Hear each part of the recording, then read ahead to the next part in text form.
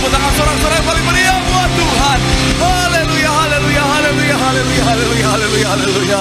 Benar Tuhan, kami percaya kemenangan pasti terjadi dalam kehidupan setiap kami. Karena Tuhan yang kami sembah telah menang bagi setiap kami. Dan kami percaya Tuhan, kami berjalan bersama dengan Tuhan. Ada berkat perlindungan pemeliharaan yang sempurna. Artinya dalam kehidupan kami akan melihat hidup kami pasti diberkati Tuhan. Pekerjaan bisnis kami pasti diberkati Tuhan. Bahkan sampai anak cucu kami, keturunan kami, generasi kami, semuanya juga pasti diberkati Tuhan. Terima kasih Tuhan, terima kasih. Tiba saatnya kami mau bawa hati kami untuk lebih lagi diberkati oleh kebenaran firman-Mu. Ajar kami, didik kami, bentuk setiap kami Tuhan. Kami doa, kami bukan cuma duduk diam jadi pendengar saja, tapi kami boleh bangkit jadi pelaku-pelaku firman Tuhan. Bahkan kami berdoa bersatu hati menyerahkan hamba-Mu yang Kau percaya untuk menyampaikan firman Tuhan di tempat ini. Bapa, urapan-Mu mengalir atas hamba-Mu. Sucikan, layakkan untuk bungkus di balik kaki salib-Mu Tuhan. Jika ada dosa Tuhan, hamba mohon ampun Tuhan. Kelemahan tubuh Kau yang berikan kekuatan. Hamba gak pantas tanpa Tuhan, gak layak tanpa Tuhan. Hamba gak kuat, gak bisa apa-apa tanpa Tuhan. Tapi oleh karena pengurapan Tuhan,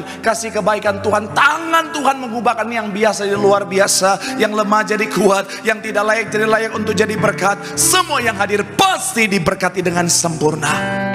Sembunyikan hamba-Mu di balik kaki salib-Mu Bapa. Biar kiranya Tuhan yang nampak, Tuhan yang dipermuliakan.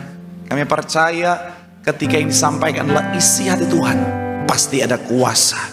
Semua yang hadir yang menyaksikan pasti diberkati sempurna. Dalam nama Tuhan Yesus yang siap diberkati dengan sukacita, dengan iman, sama-sama kita katakan amin. Tepuk tangan yang paling meriah buat Tuhan. Silakan duduk saudara.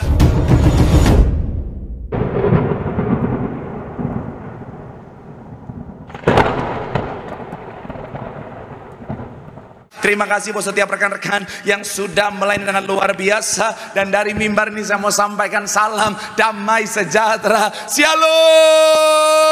Sekali lagi shalom. Haleluya. Dalam Tuhan ada sukacita, amin.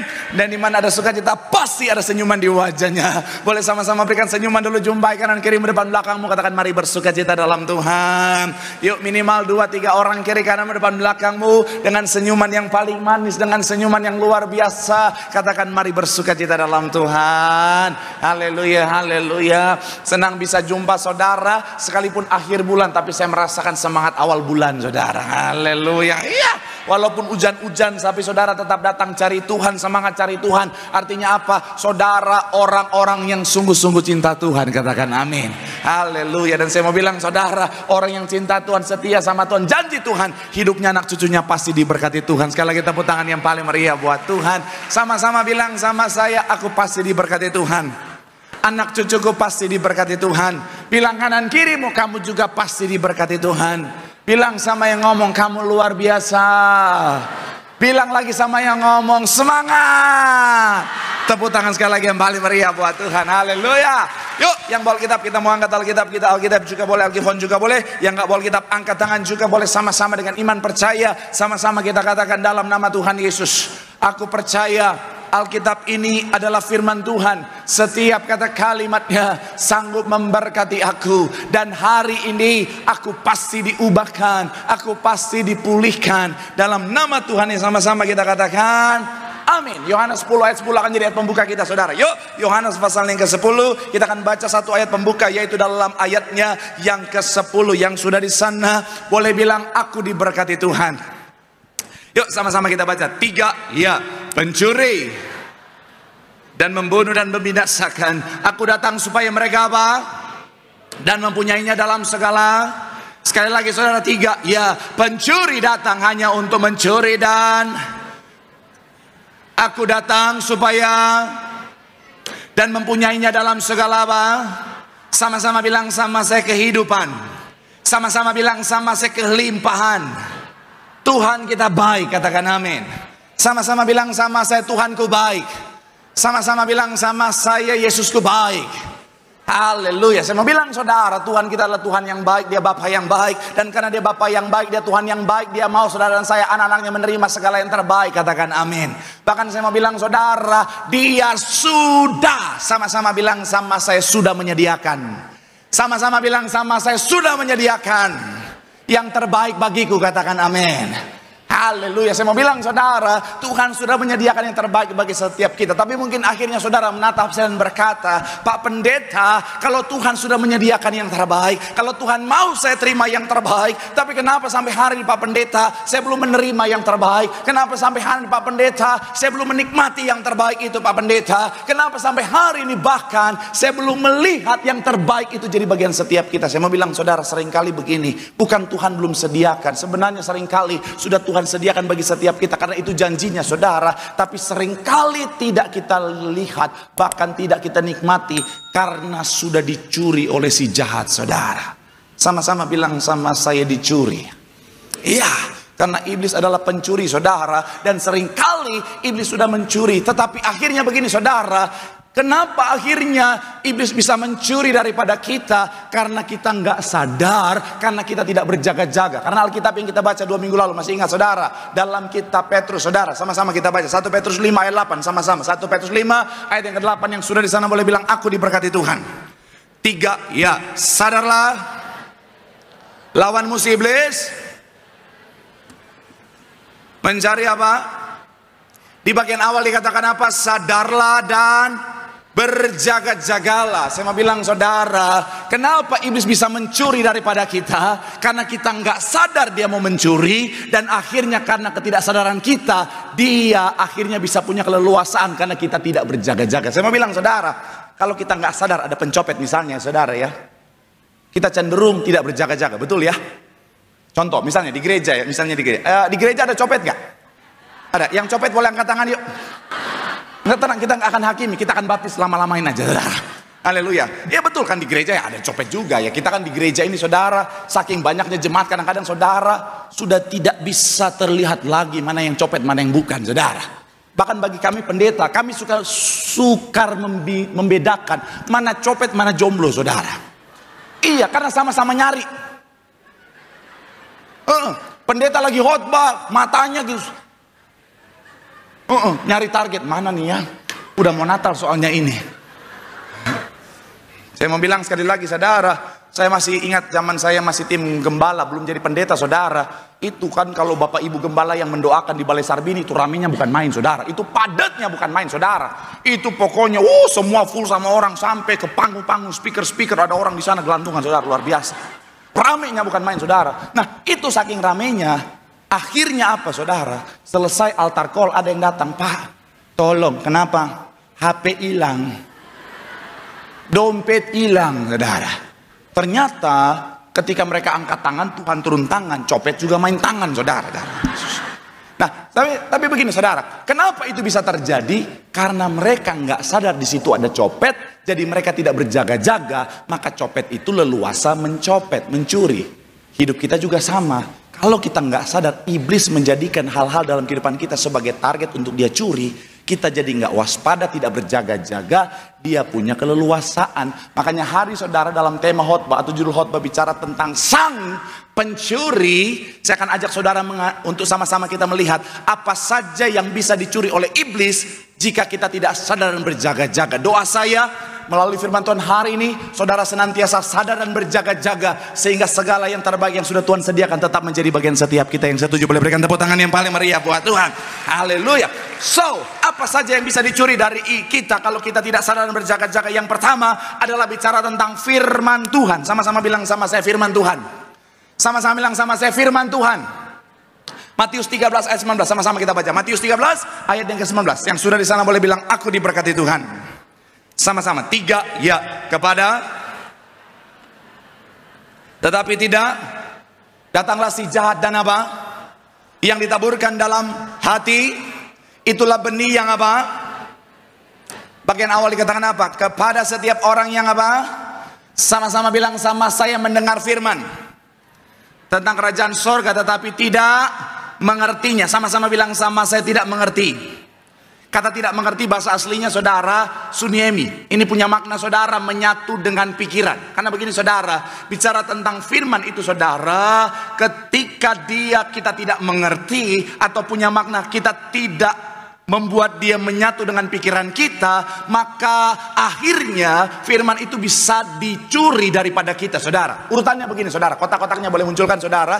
Jadi urutannya begini, ketika firman itu kita dengar, ketika firman itu kita baca, saya mau bilang, saudara, untuk sampai pada proses tertanam atau dimengerti atau bicara tentang tidak bisa dicuri oleh iblis tadi, itu harus ada fase satu lagi namanya dimengerti, saudara. Nah, makanya kalau saudara suka dengan dunia pendidikan hari-hari ini, saudara, ada beberapa jurnal mencatat begini, saudara, bahwa yang lebih efektif ternyata bukan dihafal tetapi dimengerti, saudara. Kenapa? Karena kalau dihafal hanya masuk di short term memory, saudara, bisa hilang, saudara, dari long term memory kita. Tapi kalau dimengerti biasanya sangat mudah tertanam dalam long term memory kita, saudara. Nah, termasuk dalam firman, munculkan lagi kotak-kotaknya, saudara. Ketika firman itu sudah tertanam dalam hati dan pikiran kita, saudara, maka ini sukar untuk dicuri sama iblis. Tetapi untuk sampai pada proses tertanam harus dimengerti. Tetapi untuk sampai pada proses dimengerti, ketika firman itu kita baca atau kita dengar, harus ada satu fase penting namanya direnungkan.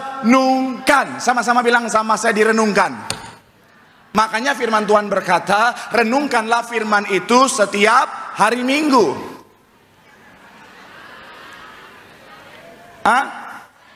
Renungkanlah firman itu setiap di gereja. Renungkanlah firman itu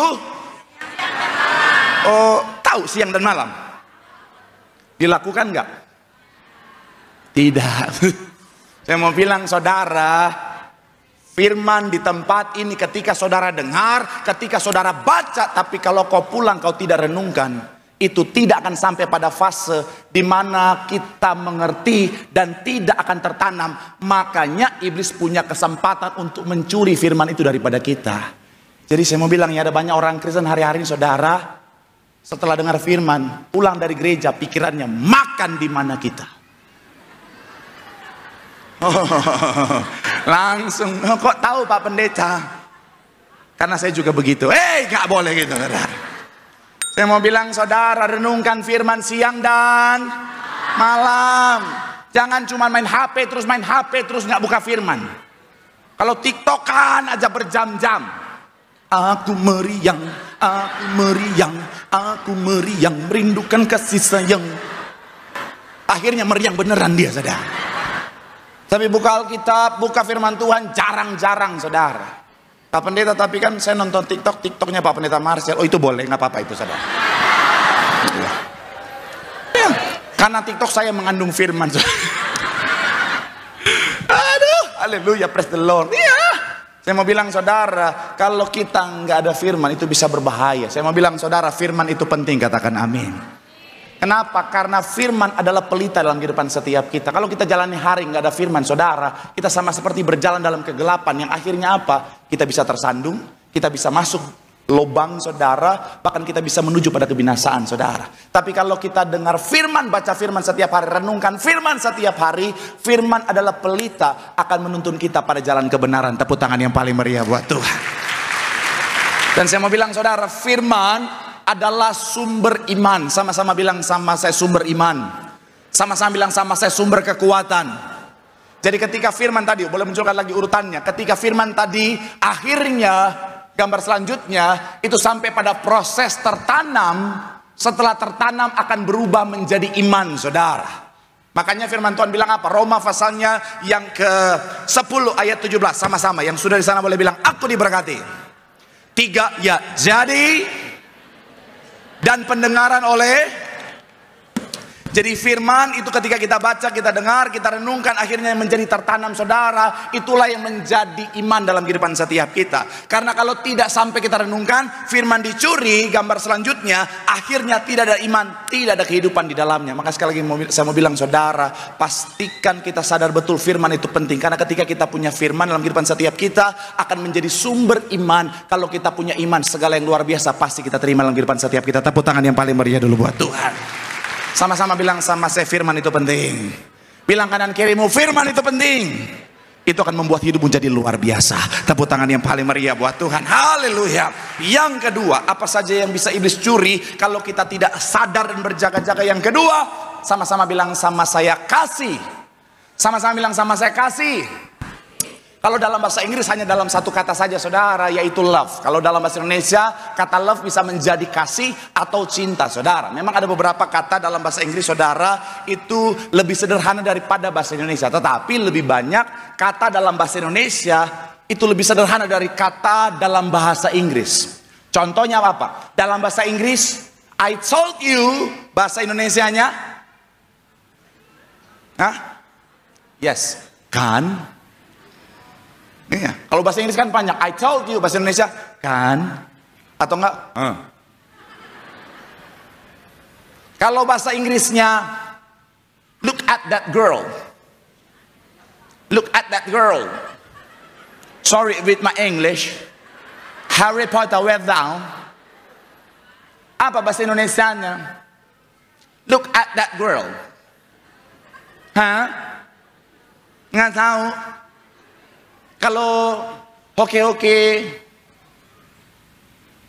si Mangandulo Tulo Batulo. Apa bahasa Indonesianya? Look at that girl. Bahasa Indonesianya? Bahasa Indonesianya ini. Zoom. Bahasa Indonesianya, look at that girl adalah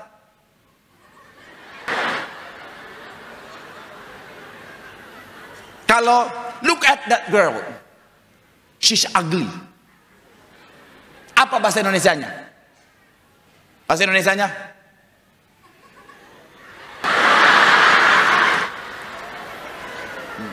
Tuh, para wanita yang ketawa. Karena dari mimbar ini kelihatan mereka yang paling sering menggunakan bahasa isyarat itu.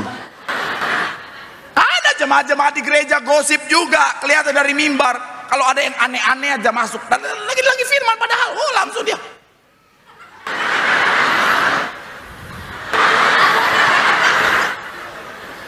Yang ketawa, bertobat.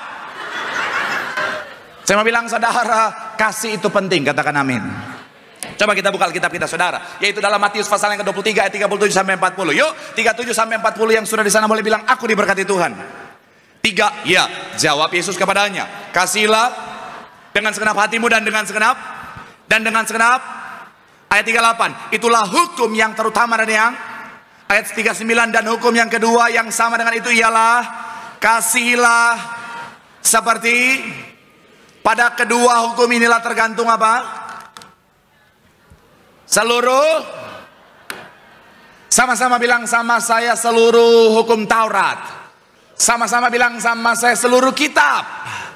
Saya mau bilang saudara, Alkitab kalau dipres jadi satu kata, saya bisa pastikan kata itu adalah bicara tentang kasih saudara. Kenapa? Karena kekristenan ajaran yang paling mendasar adalah bicara tentang kasih. Makanya dalam kehidupan setiap kita, Tuhan mau kita memiliki kasih. Ketika kita bersatu dengan Tuhan, maka yang keluar harusnya adalah kasih. Karena Allah adalah kasih. Sama-sama bilang sama saya, kasih itu penting. Amsal 3:3, sama-sama kita baca. Amsal 3 ayat yang ketiga, yang sudah di sana boleh bilang aku diberkati. 3, ya, janganlah meninggalkan engkau, kalungkanlah itu pada apa? Tuliskanlah itu pada apa? Sama-sama bilang sama saya kemanapun kita berada. Sama-sama bilang sama saya dimanapun kita berada. Kemanapun aku melangkah, harus ada kasih.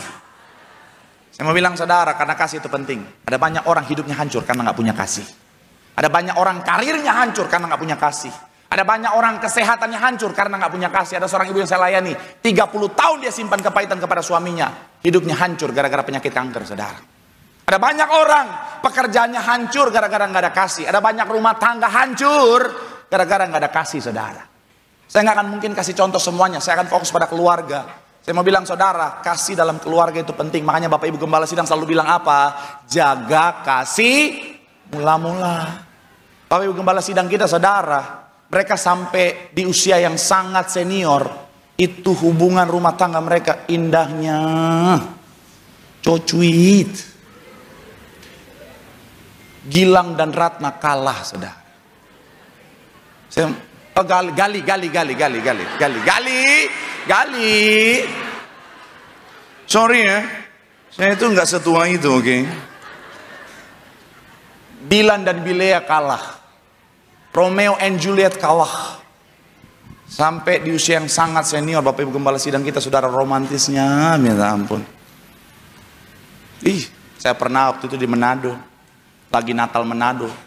Saya dengan kepolosan saya, saudara, saya pikir Bapak Ibu udah tidur. Pas saya buka ruangan, kan ada ruang tamunya hotelnya, pas saya buka, saudara, Bapak Ibu lagi di ruang tamu, lagi nonton TV. Bapak lagi gandeng ibu, ibu lagi samping. Iya. Kalau saya nggak ingat, saya menghormati Bapak Ibu, saya dari belakang udah mau cuy. Kita bikin romantis. Tapi saya mau bilang, saudara, kenapa bisa begitu? Karena mereka mengerjakan kasih mula-mula, saudara. Shalom Bapak Ibu. Milikilah kasih. Nggak apa-apa, teriak aja Bu, teriak Bu. Itu semangat luar biasa. Saya mau bilang ya, nggak apa-apa, saya suka orang bersemangat. Shalom ibu-ibu.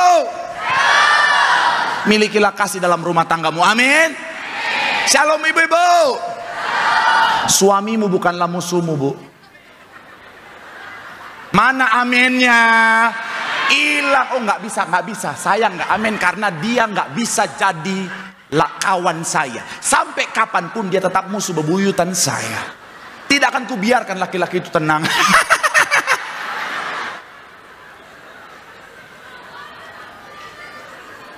Saya robah. Shalom ibu-ibu. Suamimu bukanlah musuhmu, betul bapak-bapak? Iya. Ibu-ibu nggak mau amin nggak apa-apa. Saya mau bilang Bu ya, sabar Bu. Di sini. Takkan kubiarkan suamiku tenang. Turut berduka cita untuk suaminya. Saya mau bilang ya Bu ya, sekalipun suamimu kadang-kadang galak, sekalipun suamimu mungkin kadang-kadang marah-marah, saya mau bilang saudara, itu karena dia mencoba mengekspresikan tekanan dalam hidupnya, karena begitu berat menjadi seorang kepala keluarga. Betul bapak-bapak?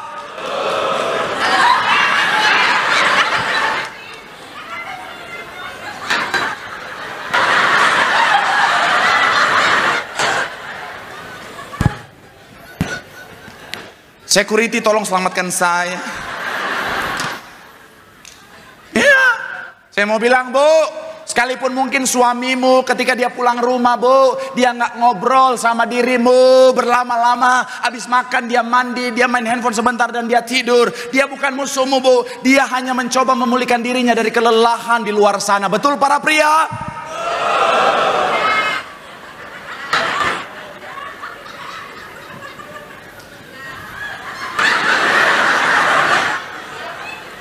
Di sini tidak. Memang kalau udah kepahitan sama suami susah ya. Shalom para pria. Shalom bapak-bapak. Istrimu bukanlah. Sabar Bu, ketawa terus. Saya sampai lihat diri saya, apa yang kurang? Kok ketawanya kayak orang minta kawin?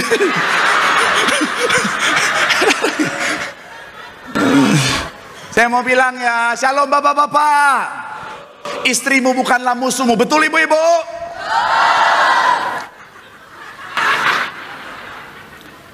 Kalaupun dia marah-marah Pak, kalaupun dia dikit-dikit rewel, cerewet, dikit-dikit dia cari perkara, dia mempermasalahkan hal yang kecil, perkara sepatu berantakan, perkara pintu kamar mandi tidak kau tutup, perkara handuk basah kau taruh di kasur. Saya mau bilang bukan karena dia musuhmu, tapi itu wujud nyata perhatiannya terhadap keluarga. Betul para ibu-ibu? Ini Pendeta Marsal memang penuh hikmat Roh Kudus dari surga. Shalom anak muda. Kakakmu bukanlah musuhmu. Kalau dia marah-marah, dia tegur, dia didik karena dia sayang. Betul para kakak?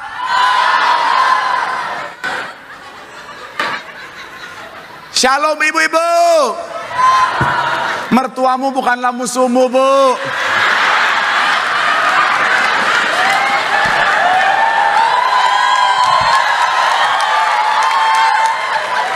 Ada apa ini? Saya mau bilang ya, mertuamu bukanlah musuhmu, Bu.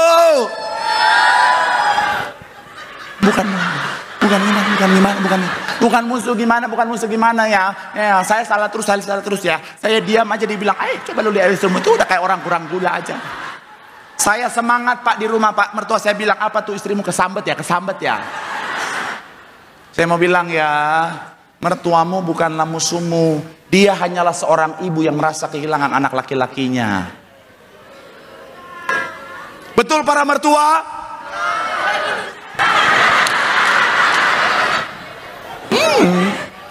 Saya mau bilang ya, udahlah. Mertua-mertua janganlah kau lihat menantumu kayak musuh lah. Dia hanya anak orang lain yang nggak ngerti bagaimana pola pikirmu dengan sempurna. Ya kan? Lagian dia nggak ngambil anakmu daripadamu.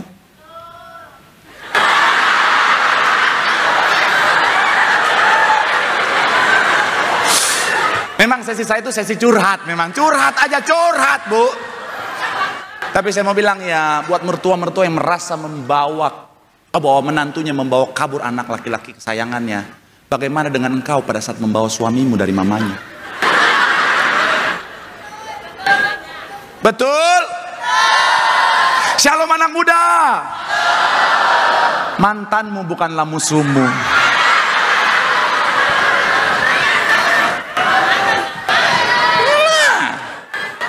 Jangan udah mantan aja. Ketemu di jalan pura-pura nggak lihat.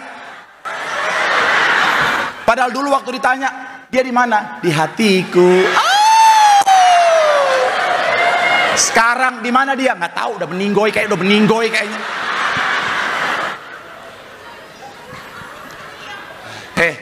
Saya mau bilang buat anak muda yang punya mantan. Shalom anak muda yang punya mantan.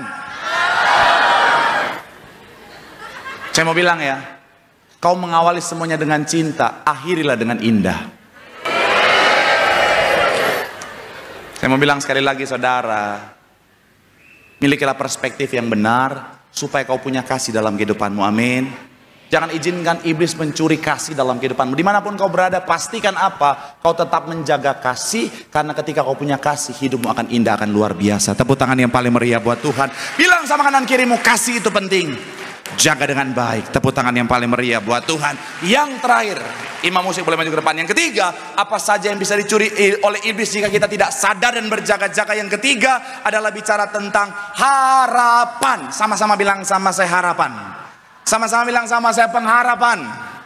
Ayat yang ke-18 dalam Amsal 23. Sama-sama kita baca. Amsal 23 ayat 18. Yang sudah di sana boleh bilang aku diberkati. 3, ya, karena sekali lagi saudara, 3, ya, karena loh, tuh kan Pak Pendeta katanya hilang Pak Pendeta, dicuri. Tuh Alkitab dengan tegas bilang akan selalu ada. Saya mencatat di sini saudara, pengharapan itu penting. Amin. Pengharapan itu kalau kita nggak miliki saudara, ada banyak orang ketika tidak memiliki pengharapan, biasanya dia jadi lemah. Orang kalau nggak punya pengharapan biasanya saudara akhirnya dia tidak melakukan apa-apa dalam hidupnya. Sekalipun yang indah sudah ada di depan mata, tapi karena dia tidak lagi punya pengharapan, akhirnya ada banyak orang pasrah, padahal yang Tuhan mau berserah, bukan pasrah. Apa beda berserah dan pasrah? Ada yang masih ingat?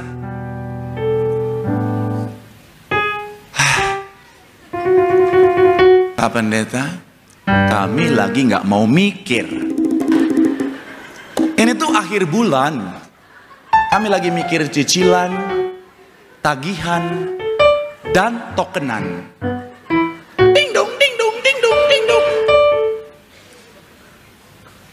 Pasrah artinya itu do nothing, tidak melakukan apa-apa. Tapi kalau berserah, tetap melakukan yang terbaik yang menjadi bagian kita, tetapi hasilnya dipercayakan kepada Tuhan. Dan Tuhan gak mau saudara dan saya pasrah, Karena kalau kita pasrah, kita nggak akan pernah mencapai apa yang terbaik yang sudah Tuhan sediakan. Saya mau bilang sekali lagi saudara, kalau kita tidak menjaga pengharapan itu, saya mau bilang saudara, iblis bisa mencurinya. Jadi sekali lagi saya mau bilang saudara, tetaplah miliki pengharapan, amin. Pak Pendeta, tapi kan itu dibilang pengharapan tidak akan hilang. Iya, tapi bisa hilang daripada kita. Maksudnya gimana? Saya analogikan begini saudara. Handphone ini saya analogikan sebagai pengharapan. Panggung yang besar ini saya analogikan sebagai dunia ini. Oleh karena kasihnya, Tuhan menganugerahkan pengharapan bagi setiap kita. Akan selalu ada sampai selama-lamanya. Tapi saya mau bilang ya, kalau kita tidak berjaga-jaga, kalau kita tidak berpegang terus pada pengharapan itu, iblis adalah pencuri, saudara. Iblis adalah pencuri. Iya. Iblis adalah pencuri.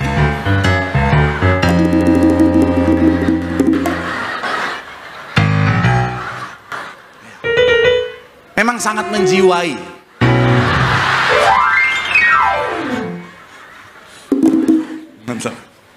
Tapi bukan karena dia pencuri, maling dia.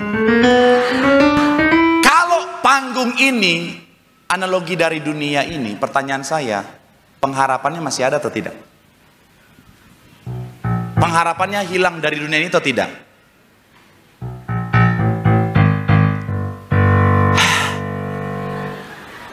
Udah dibilang kami nggak mau mikir Pak Pendeta. Kalau panggung ini adalah dunia ini, pertanyaan saya, pengharapannya sudah hilang dari dunia ini atau tidak? Tidak, karena iblisnya masih di situ. Iya kan? Iya kan? Masih ada.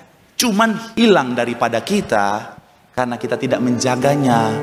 Makanya sekali lagi saya mau bilang saudara, jagalah pengharapan itu dengan baik. Please, oleh please. Makasih bis. Saya mau bilang saudara, karena pengharapan adalah hal yang penting. Iblis akan berusaha mengambilnya daripada kita. Iblis akan berusaha mencurinya daripada kita dengan segala macam cara. Bahkan salah satu cara yang paling terkenal yang memang menjadi modus operandi iblis adalah apa? Dengan kebohongan. Dia bilang, oh nggak ada lagi pengharapan kok. Supaya ketika kita lengah diambil, saudara. Dia bilang nggak ada lagi pengharapan. Dia akan berkata bahwa udahlah nggak usah berharap. Udah gak ada lagi pengharapan untuk kesehatanmu, gak ada lagi pengharapan untuk rumah tanggamu, gak ada lagi pengharapan untuk keuanganmu, gak ada lagi pengharapan untuk hal-hal yang penting dalam hidup yang kau harapkan itu. Udahlah, suamimu gak akan kembali, udah gak ada harapan lagi. Yang bawa kabur suamimu tuh itu kuntilanak nomor 1 setambun. Udahlah, nggak ada pengharapan lagi untuk ekonomimu, untuk kesehatanmu. Dokter bilang hidupmu nggak akan lama lagi. Dokter kan udah bilang hidupmu tinggal 10 tahun, 10 bulan, 10, 9, 8. Udahlah. Saya mau bilang saudara, di dalam Tuhan selalu ada pengharapan. Ya kan? Saudara bisa cek tokoh-tokoh dalam Alkitab, bagaimana pengalaman iman mereka bersama Tuhan. Yunus sudah dalam perut ikan, secara kacamata manusia no hope, tapi toh di dalam Tuhan dia melihat pengharapan. Sadrak, Mesak dan Abednego sudah dilemparkan kepada perapian yang panasnya luar biasa. Secara manusia no hope, tapi dalam Tuhan selalu ada pengharapan. Daniel sudah dilemparkan ke dalam gua singa, yang kita tahu bersama namanya udah dilemparkan ke dalam gua singa, pasti dimakan sama singa, betul ya? Nah mungkin ketika Daniel dilemparkan ke dalam gua singa, singanya shalom, atau singanya lagi duduk, Daniel masuk dan berkata kepada singa, "Oi, lagi santai kawan."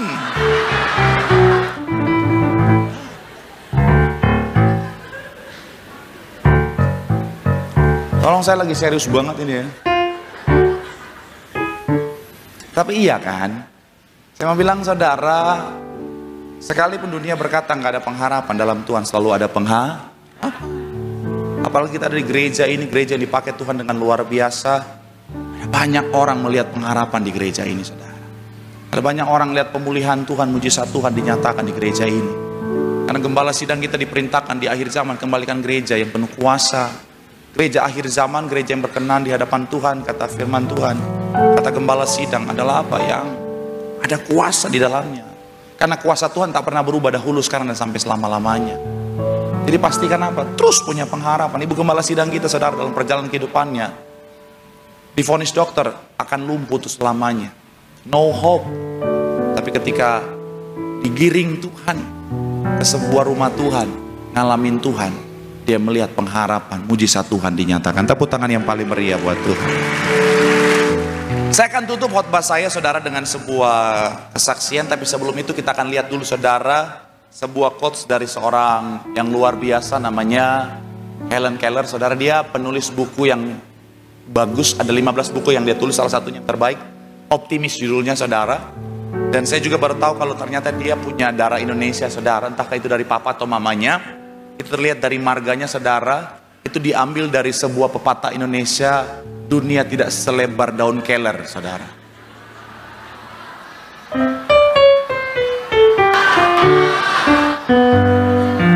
Jokes bapak-bapak. Dia bilang apa? Optimis adalah keyakinan yang menuntun pada pencapaian. Tidak ada yang dapat dilakukan tanpa harapan dan keyakinan. Bahasa Alkitabnya hope and faith. Sekali lagi saya mau bilang, saudara, sekalipun nggak ada pengharapan, tetap berharap sama Tuhan. Ada satu kesaksian saya akan sampaikan sebelum saya tutup khotbah saya. Ada seorang ibu jemaatnya, saudara. Saya kenal dia karena dia rajin datang untuk didoakan, saudara. Dalam sesi terakhir itu dia selalu datang. Dan satu ketika saya sangat kaget sekali karena dia datang dengan air mata. Dan dia berkata, "Pak, saya sakit, kaki saya bengkak, Pak." Akhirnya saya lihat kakinya bengkaknya luar biasa, saudara. Akhirnya pada saat itu kita berdoa bersama, saya urapi kakinya, saudara. Minggu depannya dia datang lagi, belum juga sembuh. Malah justru kakinya makin bengkak daripada minggu sebelumnya, saudara. Dia sulit berjalan, harus dibantu oleh orang untuk bisa berjalan. Saya doakan saat itu, saudara. Singkat cerita, minggu ketiga dia datang, belum juga kunjung sembuh. Malah kakinya sudah hampir sebesar pinggang saya, saudara. Sangat besar, dan dengan air mata dia nangis, saudara. Dia dibantu dengan kursi roda, saudara, untuk supaya bisa didoakan, saudara. Dan yang saya kagumi dari ibu ini adalah begini. Dia tetap punya pengharapan dalam Tuhan. Berminggu-minggu dia tidak sembuh, tapi dia tetap berharap sama Tuhan. Saya mau bilang, saudara, saat itu akhirnya kita berdoa lagi, saya rapi kakinya, saudara. 3 minggu yang lalu dia datang sama saya, dia tungguin saya di parkiran, saudara. Dia bilang, "Pak Pendeta, saya sudah sembuh, saya sudah terima mujizat Tuhan." Tepuk tangan yang paling meriah buat Tuhan. Dan selanjutnya dia bilang, "Pak, ada rendang, dendeng, dan udang." Dari situ saya melihat ibu ini tidak lupa mengucap syukur, saudara. Karena ada banyak jemaat Tuhan setelah terima mujizat lupa, hilang entah kemana. Tapi ibu ini dia bawa udang yang ada peteknya lagi, saudara.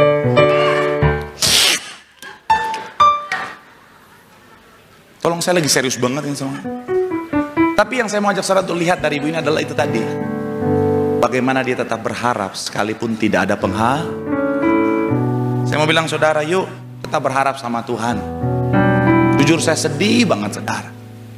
Ada banyak orang zaman sekarang cepat kehilangan pengharapan. Dalam beberapa bulan terakhir, ada anak-anak muda, saudara, yang begitu cepat mengambil keputusan salah mengakhiri hidupnya. Karena mereka berpikir mereka kehilangan pengharapan. Tadi di Sarbini, saudara, ketika doa Tuhan taruh di hati saya, ada jemaat Tuhan yang oleh karena sakit penyakitnya, dia berpikir untuk mengakhiri hidupnya karena dia sudah hilang pengharapan. Saya bilang, yang Tuhan taruh di hati, Tuhan akan memulihkan engkau. Saya turun saudara di tangga, di lobi ada seorang wanita muda, kurang lebih 20-an. Dia samperin saya dan bilang, Pak Pendeta, sayalah orangnya. Kemarin saya sudah berpikir untuk mengakhiri hidup saya karena penyakit yang saya derita. Tapi firman tadi menguatkan saya jadi kembali punya pengharapan dalam Tuhan. Saya nggak tahu saudara sementara berharap dalam hal apa. Sekalipun dunia bilang tidak ada pengharapan, saya mau bilang saudara, di dalam Tuhan pengharapan selalu ada. Dan pengharapan dalam Tuhan tidak akan pernah mengecewakan. Tepuk tangan yang paling meriah buat Tuhan. Bilang sama kanan kirimu, berharap sama Tuhan. Selalu ada pengharapan. Dan akan ada saat di mana pemulihan mujizat pasti dinyatakan. Tepuk tangan sekali lagi yang paling meriah buat Tuhan. Yang diberkati, boleh lambaikan tanganmu. Tepuk tangan yang paling meriah buat Tuhan. Haleluya, haleluya. Sekali Yesus, selamanya Yesus. Harapanku tak akan hilang, karena kasih-Nya sekarang ku ada. Oh Yesusku, ku cinta Kau selamanya. Sekali Yesus, selamanya Yesus. Katakan harapanku tak akan hilang, karena kasih-Mu Tuhan. Amin.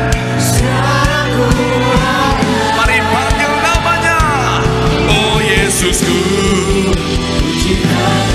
Mari sama-sama boleh berikan tepuk tangan sorak-sorai yang paling meriah. Sambil kita boleh bangkit berdiri.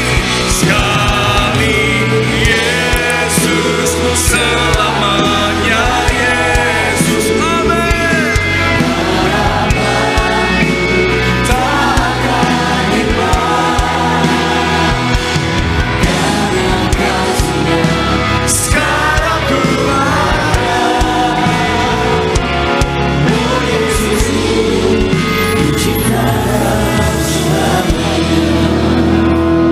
firman Tuhan mengatakan setiap kita ada hal penting yang harus kita tetap jaga dalam kehidupan kita.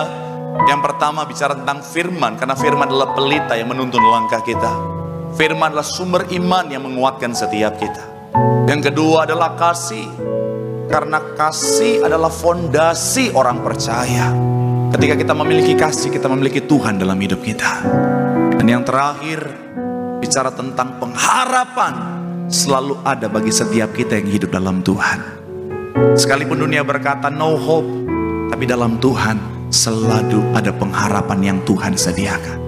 Terus berharap sama Tuhan, jangan menyerah sampai apa yang kau harapkan menjadi bagian dalam hidupmu. Mari hari ini angkat tanganmu di hadapan Tuhan. Pandang Tuhan dengan iman, katakan, aku percaya pengharapan dalam Tuhan pasti tidak akan pernah mengecewakan. Pemulihan, berkat, pertolongan pasti dinyatakan. Sekali lagi tepuk tangan sorak-sorai yang paling meriah buat Tuhan. Kembali angkat tanganmu. Sekali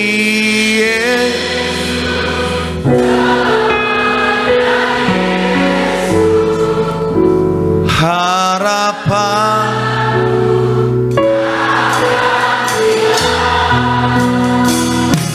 karena kasih-Nya. Mari berseru panggil namanya. Oh Yesusku. Sekali lagi umat Tuhan boleh berikan tepuk tangan sorak-sorai yang paling meriah buat Allah yang dahsyat. Ya, selamanya Yesus. Amin.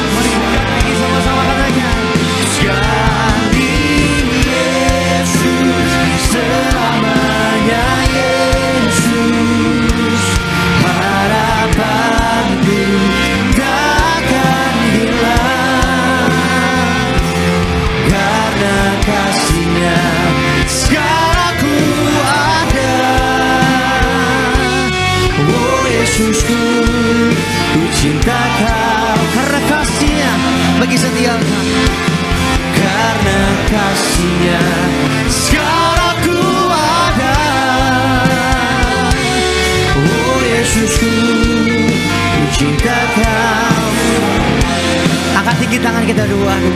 Karena kasih-Nya sekarang ku ada. Oh Yesusku, ku cinta Kau selamanya. Kita kasih tepuk tangan sama-sama buat Tuhan Yesus.